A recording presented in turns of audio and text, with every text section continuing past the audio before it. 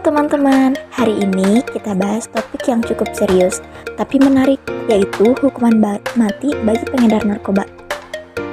Ini isu yang gak pernah lepas dari pro dan kontra, baik di masyarakat, media, maupun kalangan akademisi.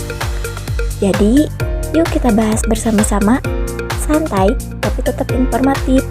Pertama, mari kita pahami dulu kenapa hukuman mati ini diterapkan.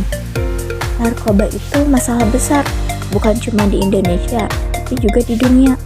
Bayangkan, generasi muda yang seharusnya diharapkan malah terjebak dalam lingkaran narkoba.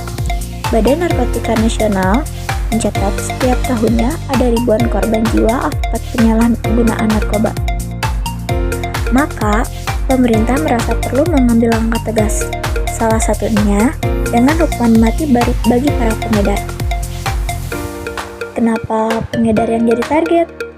Karena mereka dianggap sebagai akar masalah. Kalau pengedarnya dihentikan, maka rantai pengedaran narkoba bisa putus. Setidaknya itu yang diharapkan. Tapi apakah hukuman mati benar-benar efektif? Ini pertanyaan yang sering muncul.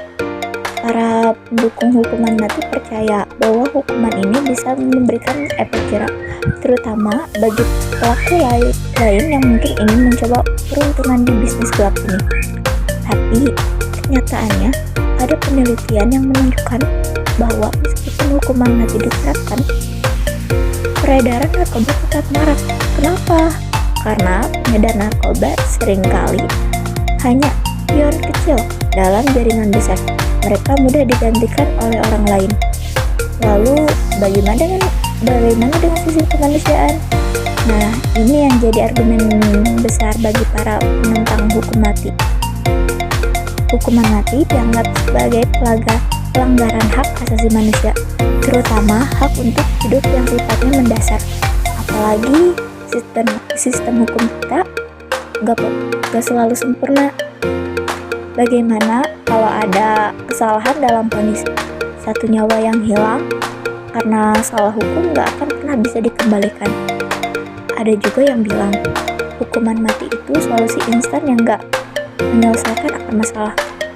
Peredaran narkoba sering terkait dengan faktor lain seperti kemiskinan, kurangnya pendidikan, dan lemahnya penegakan hukum. Kalau akar masalah ini gak dibereskan, maka hukuman mati pun gak akan banyak berpengaruh. Jadi, apa alternatifnya? Beberapa orang mengusulkan pendekatan yang lebih humanis, misalnya meningkatkan edukasi tentang bahaya narkoba, memperkuat rehabilitas bagi pencandu, dan memberantas jaringan besar secara lebih sistematis. Langkah ini memang butuh waktu, tapi efeknya lebih terasa dalam jangka panjang.